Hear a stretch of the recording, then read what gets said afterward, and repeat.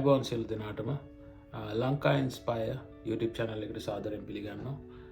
අද අපි කතා කරන්න යන්නේ ඉතාමත් වැදගත් මාතෘකාවක් ගැන. ඒ තමයි Swedish waste management system එක ගැන. ස්වීඩනයේ waste ඒගොල්ලන් හඳුන්වන්නේ problem එකක් විදිහට නෙවෙයි. හැබැයි resource එකක් විදිහට. මේ mindset එක ඉතාමත්ම වැදගත්. කසල කළමනාකරණය ගැන හිතද්දි. ඉතින් ස්වීඩනයේ සියලු දෙනාම ඉතාමත්ම ධනාත්මක විදියට හිතනවා. ඒක ලාභදායී විදියට කොහොමද පාවිච්චි කරන්නේ?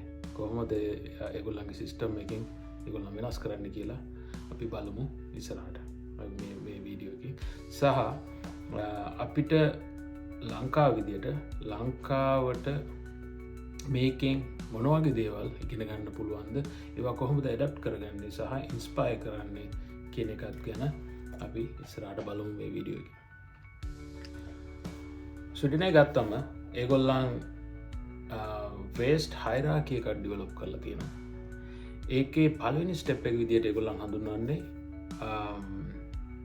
waste prevention.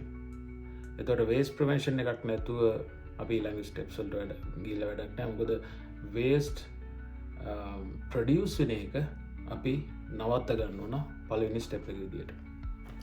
waste hierarchy එකේ දෙවෙනි එක තමයි ඒගොල්ලෝ හඳුන්වලා තියෙන waste reuse. මේ ස්ටෙප් එක ඉතාමත් වැදගත්. මොකද ප්‍රොඩියුස් වෙච්ච waste කොහොමද අපිට ආයේ පාවිච්චියට ගන්න පුළුවන් කියලා ඒගොල්ලන් සිස්ටම් කොහොමද කියලා ඒගොල්ලන් සිස්ටම් එකක් ඩෙවලොප් කරලා තියෙනවා. ඒක ඉතාමත්ම සාර්ථකයි. මැටිරියල් රීයුස් එක ගත්තම ඒගොල්ලන් සිස්ටම් එකක් ඩිවලොප් කරලා තියෙනවා. බර්කින් මෙතඩ් එකක් ඩිවලොප් කරලා තියෙනවා කොහොමද මැටිරියල්ස් රීයුස් කරන්න කියලා. හැම මියුනිසිපැලිටි එකක්ම ස්වීඩන් වල රෙස්පොන්සිබල් මේ ප්‍රොඩියුස් වෙච්ච වේස්ට් ආයේ නැවත පාවිච්චි කරන්න ඒගොල්ලන් ඩිස්කස් කරනවා හියුමැනිටේරියන් ඕගනයිසේෂන්ස් එක ස්වීඩන් වල. ඒගොල්ලන්ට කොහොමද මේවා ප්‍රමෝට් කරන්න පුළුවන් ආයේ නැවත පාවිච්චි කරන්න කියලා.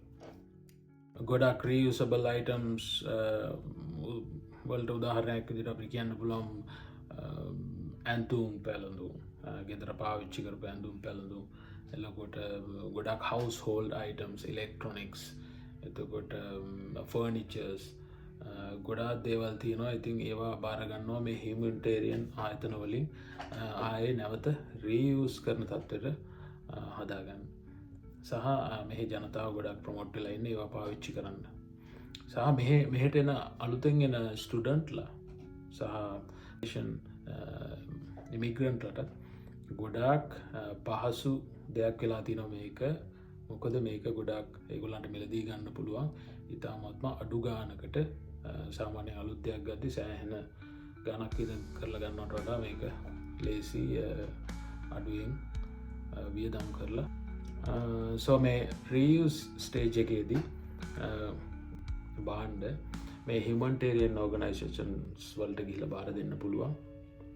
එතකොට ඒගොල්ලන් ඒවා ඉන්ස්පෙක්ට් කරනවා, ක්ලීන් කරනවා සහ රිපෙයාර් කරන්න අවශ්‍ය නම් රිපෙයාර් කරනවා. රිපෙයාර් කරලා ඒ හියුමැනිටේරියන් ඕගනයිසේෂන් හරහා ඒවා ජනතාවට ගන්න පුළුවන්. ඉතින් ගොඩක් කට්ටියගේ මයින්ඩ්සෙට් එක මේ ස්වීඩන් වල ඉතින් ඒවා රීයුස් කරන්න අවශ්‍ය නිසා ඒගොල්ලන් ඒවලට ගිහිල්ලා ඒවා මිලදී ගන්නවා. ඒවා ගොඩාක් චීප් සහ හොඳ තත්ත්වයේ තියෙන ඒවා. ඉතින් ගොඩක් කට්ටිය ගිහිල්ලා ඒ වලින් බාණ්ඩ පර්චේස් කරනවා. හියුමැනිටේරියන් ඕගනයිසේෂන්ස් කියන්නේ සාමාන්‍යයෙන් කියන්න පුළුවන් සෙකන්ඩ් හෑන්ඩ් සෙන්ටර්ස් කියලා හැමතැනම තියෙනවා ස්වීඩන් වල. ඊට රෙඩ් ක්‍රොස් කියලා ආයතන තියෙනවා, රෙඩ් ක්‍රොස් ආයතන තියෙනවා හැමතැනම. එතකොට ඒවලත් අපිට ගිහිල්ලා මිලදී ගන්න පුළුවන්. ඊට අමතරව මේ එක එක රීජන් වලින් ප්‍රොමෝට් කරනවා මේ සහ තමන්ගේ ගෙවල් වල පරණ දේවල් ආයෙ රීයුස් කරන්න විකුණන්න පුළුවන් ක්‍රමයක් තියෙනවා. ඒකට ඒක ගොඩක් ගෙවල් වලින් කරන ඒවා තමයි ලෝපිස් කියලා කියන්නේ. ඒක හැබැයි රීජන් එකෙන් අප්‍රූවල් එකක් ඇතුව ඒක කරන්නත් ප්‍රොමෝට් කරලා තියෙනවා. ඉතින් ඒ වගේ දේවල් වලින් තමයි මේ ඒගොල්ලන් රීයුස් කරන ස්ටේජ් එක ප්‍රොමෝට් කරන්නේ. ඊළඟ ස්ටේජ් එක තමයි material recycling and biological treatment කියන එක. එතකොට material recycling කියන එක ඉතාමත්ම වැදගත්. ගොඩක් සුපර් මාකට් වල තියෙනවා ප්ලාස්ටික් බොටල්ස් ඒ වගේ දේවල් වල ලාංඡනයක් තියෙනවා පාන්ත් කියලා. එතකොට ඒ බොටල්ස් රීසයිකල් කරන මැෂින්ස් හයි කරලා තියෙන සුපර් මාකට් වල. එතකොට අපි කියන්නේ පාන්ත් කියලා. එතකොට ඒ පාන්ත් තියෙන ලාංඡනේ සාමාන්‍යයෙන් ඒගොල්ලන් ක්‍රෝනා එකක් නැත්නම් ක්‍රෝනා දෙකක් ඒකේ ලකුණු කරලා තියෙනවා. ඒකේ තියෙන සයිස් එක අනුව. බයොලොජිකල් ට්‍රීට්මන්ට් කියලා කියන්නේ දැන් අපද්‍රව්‍ය ඒගොල්ලන් පාවිච්චි කරනවා ඇනරොබික් ඩයිජෙෂන් වලින් ඒගොල්ලන් ප්‍රොඩියුස් කරනවා මේ බයෝගෑස්. ඉතින් බයෝගෑස් පාවිච්චි කරනවා ට්‍රාන්ස්පෝර්ටේෂන් සිස්ටම්ස් වල ගොඩාක් මෙහෙ මේ තියෙන බස් එතකොට පබ්ලික් ට්‍රාන්ස්පෝර්ටේෂන් ගොඩාක් දුරට දාන වෙන්නේ බයෝගෑස් වලින්. ඉතින් බයෝගෑස් වල එන්වයරන්මන්ටල් ඉම්පැක්ට් එක ඉතාමත්ම අඩුයි අනිත් ඒවාට කම්පෙයාර් කරද්දී. ඊළඟ ස්ටේජ් එක තමයි other recycling. other recycling කියන්නේ ප්‍රධානව එනර්ජි රිකවරි. එතකොට වේස්ට් පාවිච්චි කරලා මේගොල්ලන් එනර්ජි රිකවර් කරගන්නවා. වේස්ට් වලින් ප්‍රොඩියුස් කරනවා එනර්ජි, උදාහරණයක් විදිහට ඉලෙක්ට්‍රිසිටි. ඉතින් ඒක එනර්ජි රිකවරි ස්ටේජ් එකක් විදිහට ඒගොල්ලන් පාවිච්චි කරනවා. අන්තිම ස්ටේජ් එක තමයි ඩිස්පෝසල්. ඉතින් ඩිස්පෝසල් තියෙනවා නම් වේස්ට් එකක් තියෙනවා නම් රීසයිකල් කරන්න බැරි ලෑන්ඩ් ෆිලිං ස්ටේජ් එකට යනවා.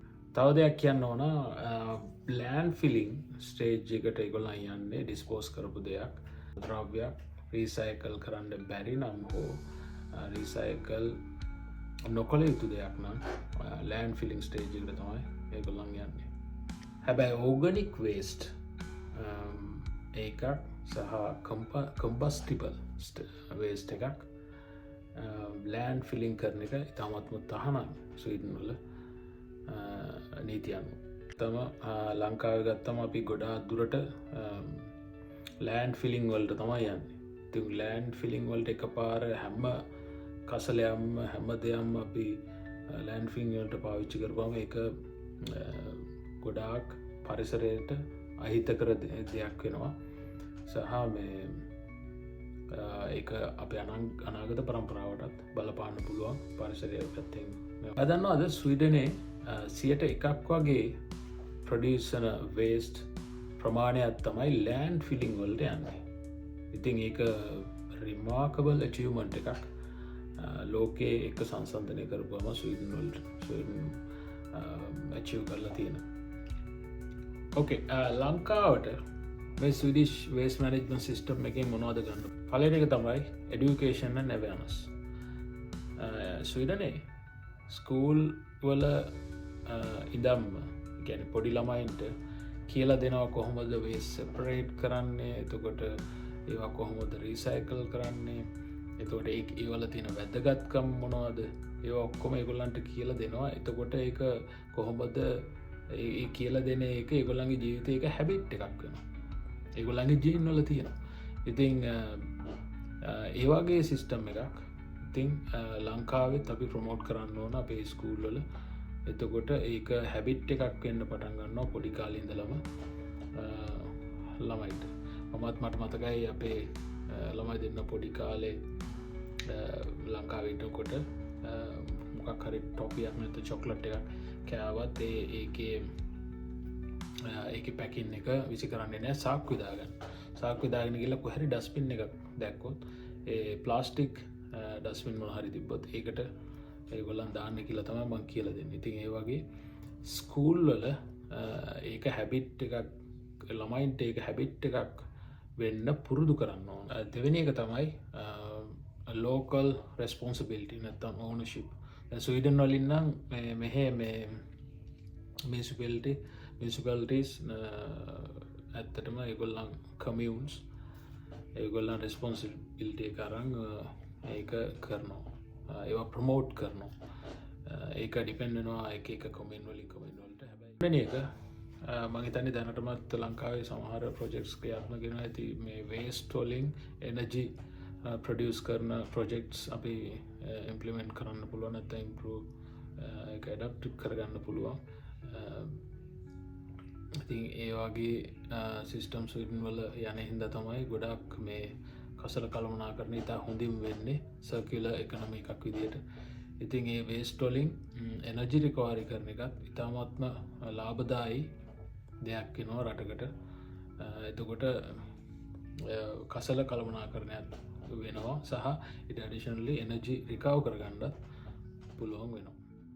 ඉතින් Surish waste management system video series එකේ පළවෙනි එපිසෝඩ් එක නරඹුවට බොහොම ස්තුතියි. මේ වීඩියෝ සීරීස් එකේ දෙවෙනි එපිසෝඩ් එක ඉතාමත්ම ඉන්ට්‍රස්ටිං වීඩියෝ එකක්. මොකද අපි ප්‍රැක්ටිකලි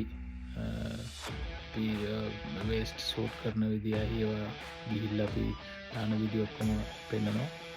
ඉතින් ඒකට ඒක නරඹන්න ආරාධනා කරනවා. සහ මගේ channel එකට subscribe කරන්න, like කරන්න සහ ඔබගේ අදහස් comment වලින් දාන්න මතක කරන්න එපා. ඉතින් ඊළඟ වීඩියෝ හම්බ වෙනකම්